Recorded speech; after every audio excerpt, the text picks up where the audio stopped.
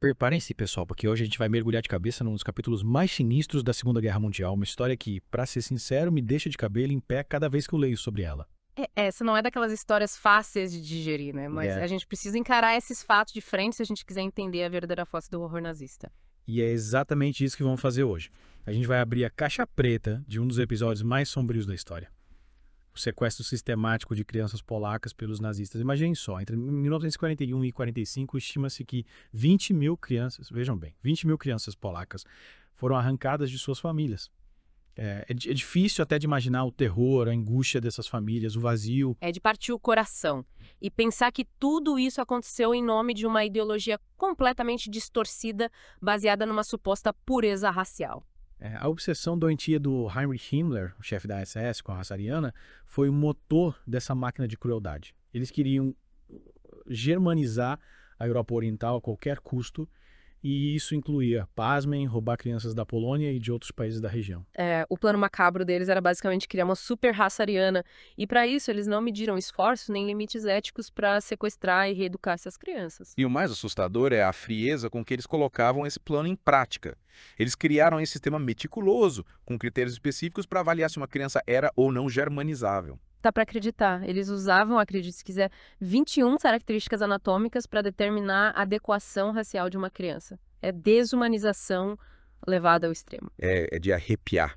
É como se a vida dessas crianças, a identidade delas, tudo se resumisse a um conjunto de medidas físicas.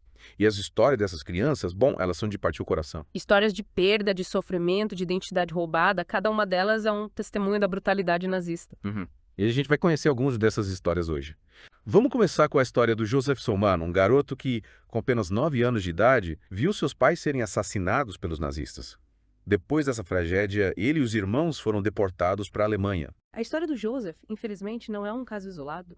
Milhares de crianças polacas passaram por experiências semelhantes e a história dele nos mostra o impacto devastador dessa política nas famílias. A irmã do Joseph, por exemplo, e a Nina, foi adotada por uma família alemã e, com o tempo, acabou abraçando a identidade alemã. E isso, claro, criou um abismo enorme entre eles. É como se a própria guerra tivesse dividido a família, né? Uma ferida que provavelmente nunca se fechou completamente. E tem também a história da Ludia Witasek, que foi levada para um campo de concentração para crianças com apenas 5 anos de idade. O pai dela foi morto e a mãe enviada para Auschwitz. Imaginem só, um campo de concentração para crianças. As condições nesses lugares eram desumanas. Trabalho forçado, privação, medo constante e a proibição de falar polonês. Eles queriam arrancar a identidade dessas crianças, a cultura, tudo. Eles queriam transformar essas crianças em pequenos alemães. A Lordia passou por vários centros de germanização, onde mudaram o nome dela, esconderam o passado, apagaram a identidade dela. É como se tivessem tentado arrancar dela a própria alma. E no fim das contas a colocaram com uma família alemã que, por incrível que pareça, a acolheu com amor e carinho. É uma história com final feliz, pelo menos em parte, mas que nos coloca diante de um dilema ético e legal muito complexo. Como lidar com a repatriação dessas crianças depois da guerra? Como ajudar essas crianças a se reintegrarem à sua cultura de origem depois de anos de doutrinação? A repatriação dessas crianças foi um processo extremamente difícil, cheio de desafios. Muitas delas, assim como a Alodia, tiveram que lutar para se readaptar à vida na Polônia. Imagine ter que repreender sua língua materna, seus costumes, sua própria história. É como se tivessem roubado não só a infância, mas também a identidade dessas crianças. E a gente ainda vai falar sobre outras histórias, como a do Hermann Ludek, que foi tirado de um orfanato administrado pela Lebensborn. Você já ouviu falar dessa organização? Ah, Lebensborn, que história macabra. Essa era uma organização nazista que promovia o nascimento de crianças arianas e organizava a adoção dessas crianças por famílias alemãs. A frieza com que eles separavam as crianças das mães. Escolhiam quem ia ser adotado e quem ia ser descartado. Era a desumanização da ideologia nazista na sua forma mais pura.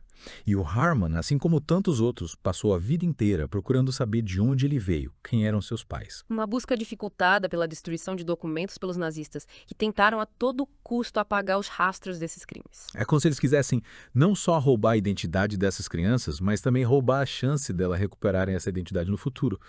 Mas a gente vai falar mais sobre isso no próximo bloco, porque a história do Harman e de tantas outras crianças merece ser contada em detalhes. Com certeza, a gente precisa manter viva a memória dessas histórias histórias para que atrocidades como essa nunca mais se repitam. E essa busca por justiça, por reconhecimento, muitas vezes esbarra em obstáculos, né? A gente vê isso claramente na história do Hermann Ludek, que lutou durante anos para conseguir uma indenização do governo alemão, mas infelizmente sem sucesso. O Harman tentou de tudo, foi até o Tribunal Constitucional Federal, a mais alta corte da Alemanha, mas a resposta foi sempre a mesma. Não. É revoltante. O argumento do governo alemão é de que, como o sequestro dessas crianças aconteceu durante a guerra, não haveria direito à indenização. É um argumento fraco, né? Fraquíssimo. Um argumento que ignora completamente o sofrimento dessas pessoas. Imagina o impacto psicológico, o trauma de ser arrancado da sua família, da sua cultura, de tudo que você conhece. E além da luta por justiça, muitos desses sobreviventes tiveram que lidar com a dificuldade de reconstruir suas vidas. Eles tiveram que reaprender quem eram, de onde vieram. Alodia, por exemplo, teve que reaprender a falar polonês depois da guerra. Imagina só, ter que reaprender a língua que você falava com seus pais, com seus irmãos. É como se uma parte da sua identidade tivesse sido completamente apagada. E não só a língua, mas toda a cultura, os costumes, as referências. É um processo de reconstrução longo, doloroso. E muitos, mesmo depois de tantos anos, ainda se sentem divididos entre a Polônia, para onde voltaram, e a Alemanha, onde passaram parte de suas vidas. Esse sentimento de não pertencimento é muito comum entre esses sobreviventes. A gente vê isso na história do Joseph e da Janina, por exemplo. É verdade. O Joseph nunca conseguiu perdoar a irmã por ter abraçado a identidade alemã. Para ele, era como se ela tivesse se aliado ao inimigo, ao povo que destruiu a família deles. É compreensível a revolta do Joseph. Mas a gente precisa lembrar que a Nina era só uma criança quando foi levada para a Alemanha. Ela não teve escolha. Claro, não podemos julgar as decisões que essas crianças tomaram, foram obrigadas a tomar. Mas é inegável que essa experiência deixou marcas profundas, né? Tanto nas relações familiares quanto na identidade individual de cada um. Com certeza. E a gente vê também na história do Joseph e da Janina a complexidade desse processo de germanização. A Janina se adaptou, assimilou a cultura alemã, enquanto o Joseph se agarrou ainda mais às suas raízes polacas. É como se ele estivesse tentando, de alguma forma, compensar a perda da irmã, sabe? Se tornando ainda mais polonês para manter viva a memória da família e da cultura que os nazistas tentaram destruir. Exatamente. É uma forma de resistir, de preservar a sua identidade em meio ao caos. E essa busca por identidade, por pertencimento, é um tema recorrente nas histórias dessas crianças roubadas. Vemos isso também na história do Harman, que passou a vida buscando informações sobre as suas origens. Ele queria saber quem eram seus pais biológicos, de onde ele realmente veio. Uma busca que muitas vezes era frustrante, né? Porque os nazistas destruíram muitos documentos justamente para dificultar esse processo de reconstrução da identidade. É como se eles quisessem não só roubar o presente dessas crianças, mas também o passado e futuro. É uma crueldade sem tamanho. E por isso que é tão importante a gente manter viva a memória dessas histórias, lutar para que essas vítimas sejam reconhecidas e que os responsáveis por esses crimes sejam punidos. A gente precisa garantir que a história dessas crianças não caia no esquecimento. E a gente pode fazer isso de várias maneiras, né? Apoiando iniciativas que buscam documentar e divulgar essas histórias, pressionando os governos para que tomem medidas de reparação. É isso aí. E, principalmente, combatendo qualquer forma de intolerância e discriminação para que tragédias como essa nunca mais se repitam. E por falar em manter a memória viva, muitos desses sobreviventes encontraram no ato de compartilhar suas histórias uma forma de lidar com o trauma e transformar a dor em algo positivo. É verdade. Contar suas histórias, muitas vezes em palestras, em eventos, se tornou uma forma de empoderamento para eles. Ao dar voz ao seu sofrimento, eles recuperam um pouco do controle sobre suas próprias narrativas. A Alodia, por exemplo, viaja o mundo contando sua história. Ela transformou sua experiência num ato de resistência, de conscientização. É inspirador, né? Apesar de tudo que ela passou, ela conseguiu encontrar forças para transformar sua dor em algo positivo.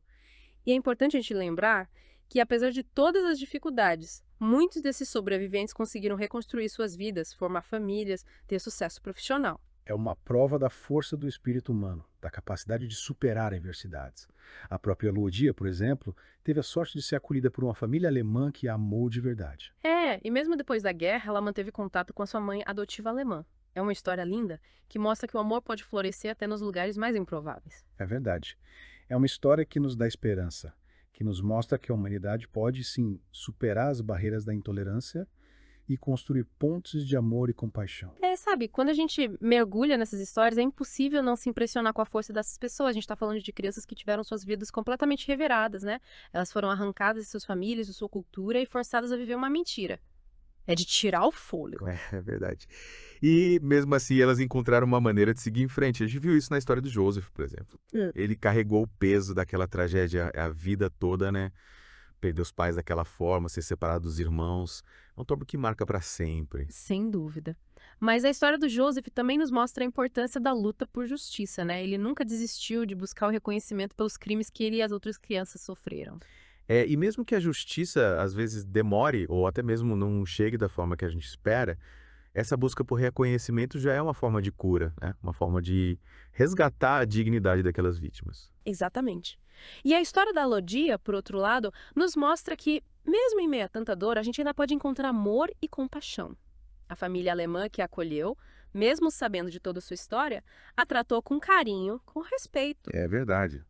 E essa experiência, de alguma forma, ajudou a Lodia a superar o trauma, a construir uma nova vida. É uma prova de que a bondade humana pode florescer em qualquer lugar, em qualquer circunstância. E é importante a gente lembrar que, apesar de toda a dor, de todas as dificuldades, muitos desses sobreviventes conseguiam reconstruir suas vidas. Eles formaram famílias, tiveram sucesso profissional, encontraram a felicidade.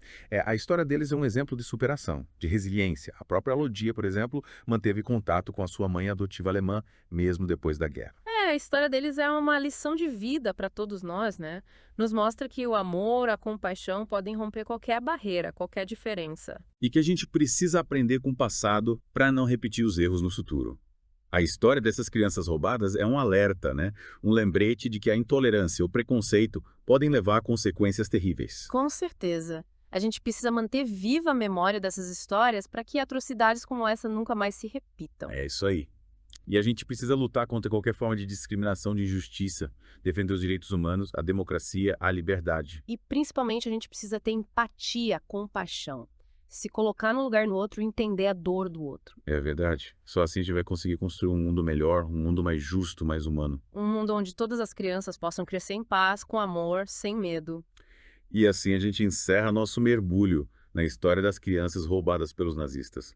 Uma história que nos comove, que nos indigna, mas que também nos inspira a lutar por um futuro melhor. Esperamos que essa conversa tenha plantado uma sementinha de reflexão em cada um de vocês, que a gente possa levar essa história adiante e compartilhar com nossos amigos, com nossas famílias. E que a gente nunca se esqueça do poder da memória, da importância de lutar por justiça, por um mundo mais humano, mais fraterno. Até a próxima! Até a próxima!